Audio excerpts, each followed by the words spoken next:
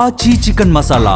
జగన్కే పంగనామాలు పెట్టిన కోటరి జగన్మోహన్ రెడ్డి ఏదైతే ఈ లిక్కర్ కుంభకోణానికి సంబంధించిన దాంట్లో 3,500 కోట్ల మేరకు ఈ యొక్క అక్రమాలు జరిగినాయని చెప్పేసి, అవినీతి పరంగా దోచేశారని చెప్పేసి సిట్ ఏదైతే చెబుతా ఉన్న క్రమంలో అసలు ఆ 3,500 ఏ మూల 3,500 కోట్ల రూపాయలు ఏ మూలకి, ఇక్కడ ఈ చుట్టూ కోటరీ ఉన్న వాళ్ళు పోగేసిన ఆస్తులే అంతకు మించి ఉన్నాయి అని చెప్పేసి సిట్ విచారణలో బయటపడతా ఉంటే చివరికి జగన్మోహన్ రెడ్డే షాక్ అయ్యాడు. అది ఏ రకంగా అంటే, ఏంటి మీరందరూ ఎంత దోచేశారా, నాకు తెలియకుండానా అనే తరహాలో ఉంది పరిస్థితి. ఇందులో ప్రధానమైన వ్యక్తి కేఎన్ఆర్.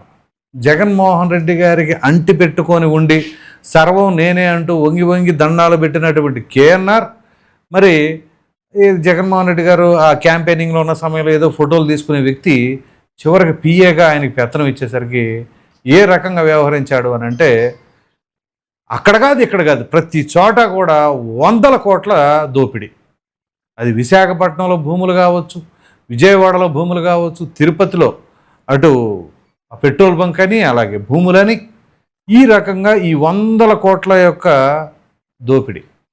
సో దీన్ని చూసిన తర్వాత ఎవరైనా షాక్ అవ్వడం ఖాయం కదా.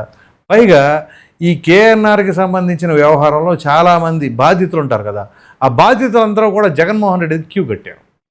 క్యూ కట్టిన తర్వాత ఆయన దృష్టికి తీసుకువెళ్ళిన తర్వాత ఒరే ఎంత చేశారా నాయన అని చెప్పేసి ఆయన షాక్ అవడంతో పాటుగా ఇక్కడ ప్రధానమైన అంశం ఆయనకి ఆయుధం ఏంటి, కేఎన్ఆర్కి జగన్ పిఏ. ఇంకా ఏదైనా సరే అతని మీద కంప్లైంట్ ఇవ్వాలంటే డైరెక్ట్గా జగన్మోహన్ రెడ్డి గారికి ఇవ్వాలి. జగన్మోహన్ రెడ్డి గారికి సాధారణంగా మంత్రులుగా ఉన్నవాళ్ళు, ఎంపీలుగా ఉన్న వాళ్ళకే అపాయింట్మెంట్ లేదు, యాక్సెస్ లేదు. అటువంటప్పుడు ఇట్లాంటి వాళ్ళందరూ కూడా ఏ రకంగా కంప్లైంట్ ఇవ్వడానికి ఆస్కారం ఉంటుంది.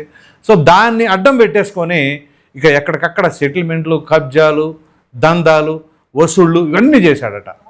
సరే ఇది ఇలా ఉంటే ఇక్కడ అప్పుడు బాగా వెలుగులోకి వచ్చిన మరొక పేరు ఉంది కదా, అదేనండి ఐఏఎస్ అధికారి, సీఎంఓలో కీలకమైన వ్యక్తి, జగన్మోహన్ రెడ్డి గారికి అత్యంత సన్నిహితులు.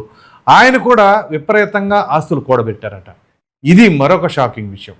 ఇతనితో పాటు జగన్మోహన్ రెడ్డి ఓఎస్డి అన్నటువంటి కృష్ణమోహన్ రెడ్డి, ఆయన కూడా విపరీతంగా ఆస్తులు కూడబెట్టడం, తద్వారా తన కొడుకుకి అనేక రకాలైన వ్యాపారాలను అప్పచెప్పడం, ఆ వ్యాపారాల్లో పెట్టుబడులుగా ఈ రకంగా డబ్బులు మళ్లించడం.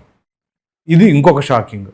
వీటన్నిటికంటే ఒక ప్రజాప్రతినిధి ఉన్నాడు, అబ్బా జగన్మోహన్ రెడ్డి గారు మొత్తం మీరే అని చెప్పేసి అనే వ్యక్తి మాజీ ఎమ్మెల్యే అయినటువంటి చెవిరెడ్డి భాస్కర్ రెడ్డి, పార్టీలో కూడా చాలా ప్రముఖమైన వ్యక్తి. అటువంటి ఆయన ప్రాముఖ్యతను సంతరించుకునే ఆయన కుమారుడికేమో చంద్రగిరి ఎమ్మెల్యే టికెట్, ఇతనికేమో ఒంగోలు ఎంపీ టికెట్ ఇచ్చారు. సో ఏం చేశారంటే ఈ మధ్య ముడుపులు ఈ రకంగా చేశారు, ఆ రకంగా చేశారు, పంచేశారు, అక్కడ ఆ పంచారు, ఎలక్షన్ సమయాల్లో అన్నారు చూసారా, అసలు ఏం పంచలేదట, మొత్తం ఏం సంచిలో వేసుకున్నారట. ఆ రకంగా ఎలక్షన్లో పంచడానికి ఇచ్చిన డబ్బును కూడా దాచేసుకున్నారు అనే వార్తా కథనాలు కూడా జగన్మోహన్ రెడ్డి గారి దృష్టికి వచ్చాయట. సో అసలు ఏం జరుగుతుంది, ఏం చేస్తున్నారు మీరంతా అని ఆయన ఇప్పుడు చివరికి ఓఎస్డి కృష్ణమోహన్ రెడ్డికి కావచ్చు, కేఎన్ఆర్ కావచ్చు, చెవిరెడ్డి భాస్కర్ రెడ్డికి కావచ్చు, ఈ ముగ్గురికి తాడేపల్లిలో నో ఎంట్రీ, అసలు రావద్దని చెప్పేసి అన్నారట. సరే వీళ్ళని రావద్దన్నారు, ఇంకొంతమంది ఉన్నారు వీళ్ళని రావద్దు అని అనలేడు, వస్తే తట్టుకోలేడు. ఇప్పుడు ధనుంజయ రెడ్డి ఉన్నారు, ఆయన రావద్దు అని అనలేడు. ఎందుకని, కొన్ని జగన్మోహన్ రెడ్డి గారికి సంబంధించిన కాన్ఫిడెన్షియల్ మ్యాటర్స్ అన్నీ కూడా ఖచ్చితంగా వీళ్ళ దగ్గర ఉంటాయిగా. సో అటువంటి తరుణంలో ఇప్పుడు వాళ్ళని కాదనలేరు, అలాగే దగ్గర తీసుకోలేరు, ఇటువంటి పరిస్థితులు ఉన్నాయి.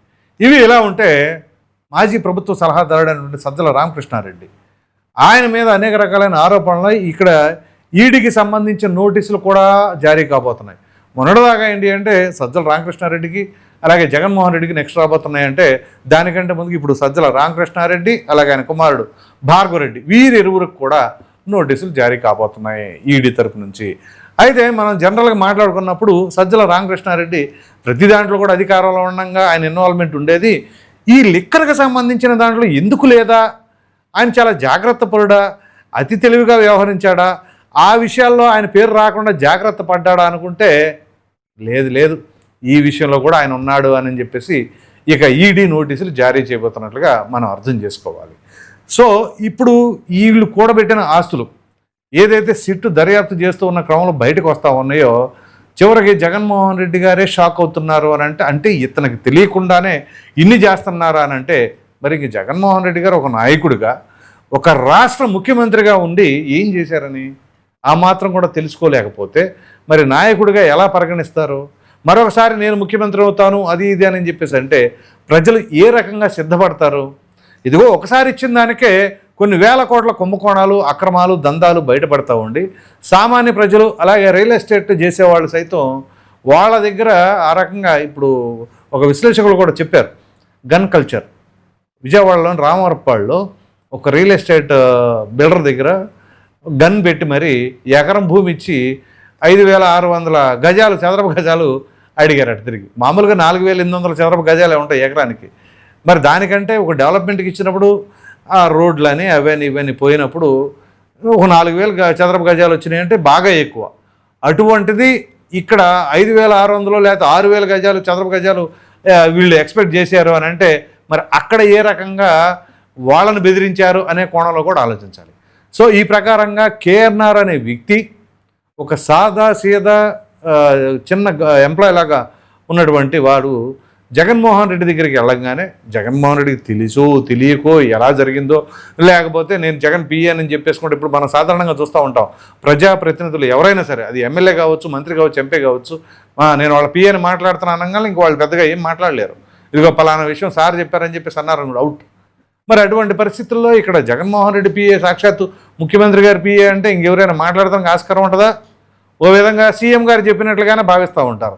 సో ఆ రకంగా ఎంతోమందికి టోకరాలు ఇప్పుడు 10 జరిగినాయి అనుకోండి, అందులో 4 మాత్రమే జగన్మోహన్ రెడ్డి దృష్టిలోకి వచ్చాయేమో, మిగతా అన్నీ కూడా ఆయన స్వాహా చేసేవాడేమో అనే దానికి నిదర్శనంగానే ఇప్పుడు బయటపడుతున్న ఆస్తులను ఆ యొక్క డబ్బులను కనుక చూసుకున్నట్లయితే ఇప్పుడు ఎంతెందుకు తన సతీమణి అకౌంట్లోనే 19,85,00,000 రూపాయలు ఉన్నాయంటే మరి దేనికి నిదర్శనం? అక్కడ మొన్నటిదాకా కూడా 15,000 రూపాయలు ఉద్యోగం చేసుకునే వ్యక్తికి తన సతీమణి అకౌంట్లోనే దాదాపు 20 కోట్లు మరి అకౌంట్లో ఉన్నాయంటే సో ఎక్కడి నుంచి వచ్చింది ఈ సొమ్మంతా? అసలు ఒక ఊహకైనా అందుతుందా మనకి? ఏ రకంగా దోచేయచ్చు అనే దానికంటే ఎంత పక్కాగా ప్రణాళికను రచించుకున్నారు. సో ఆయన చుట్టుప్రక్కల ఉన్న వాళ్ళే ఈ రకంగా మేసేస్తే ఇక రాష్ట్రం ఏమైపోతూ ఉంటుంది? మన రాష్ట్ర ఆర్థిక పరిస్థితి ఏంటి? అక్కడ ఆర్థికంగా అంత చితికిపోయి ఉండి ఓ ప్రక్కన అప్పులు తీసుకురాందే జీతాలు భత్యాలు చెల్లించలేని పరిస్థితుల్లో ఉంటే వీళ్ళు విందులకు విలాసాలు అక్రమాలు దోపిడీలు చేసుకోవడానికి ఆ రకంగా వ్యవహరిస్తున్నారు అని చెప్పేసి అనుకోవాల్సిన పరిస్థితి కనపడతా ఉంది. సో ఏది ఏమైనా ఒక రాబందుల్లాగా రాష్ట్రం మీద పడి పిక్కు తిన్నారు అని చెప్పేసి అనుకోవాలా? ఏమనుకోవాలి? మరి ఈ రకంగా సిట్టు ఆధారాలను సహా సేకరించి వాళ్ళ విచారణ చేపట్టి ఆ విచారణలో ఇంకొన్ని వెలుగులోకి తీసుకొస్తే మరి మాజీ మంత్రి అంబటి రాంబాబు ఏంటి సంబంధం లేకుండా అసలు అక్కడ ఏమీ జరగలేదు అని చెప్పేసి అంటారు.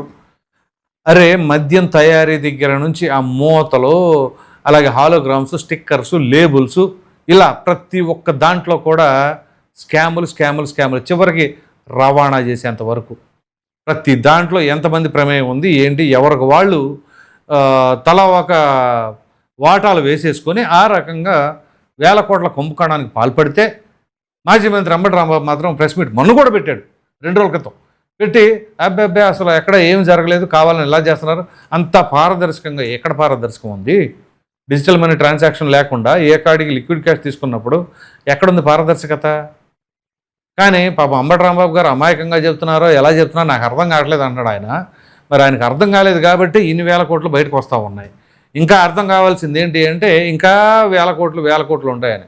చివరికి బంగారు బిస్కెట్లు అది 250 కేజీలు అంటే చివరికి కాదు దాదాపుగా అది ఒక్క డిస్టిలరీ వాళ్ళు ఇచ్చింది 250 కేజీలు.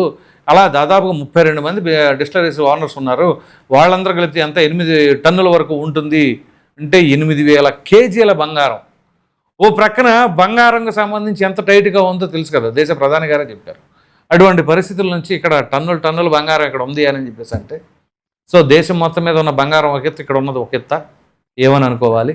సో ఈ బంగారాలు మరో ప్రక్కన వెండికి సంబంధించిన ఇటుకలు ఇది నేను ఉదయం కూడా వీడియోలో వచ్చేసి చెప్పాను. సో ఆ రకంగా వీళ్ళు ఇది లేదు అది లేదు ఇందు లేదు అందు లేదు ఎందెందు చూసినా స్కాములు అవి వేరయ్యా అన్నట్టుగా ఇది జగన్మోహన్ రెడ్డి గారి హయాములు ఈ స్కాముల పరంపర కొనసాగింది అనే దానికి నిదర్శనంగానే ఈ 100,000 కోట్లు బంగారాలు వెండి ఇటుకలన్నీ బయటపడుతున్నాయని అనుకోవాలా? మరి మీరేమనుకుంటున్నారు అనే అభిప్రాయాన్ని కామెంట్లో తప్పకుండా తెలియచేయండి. Thank you.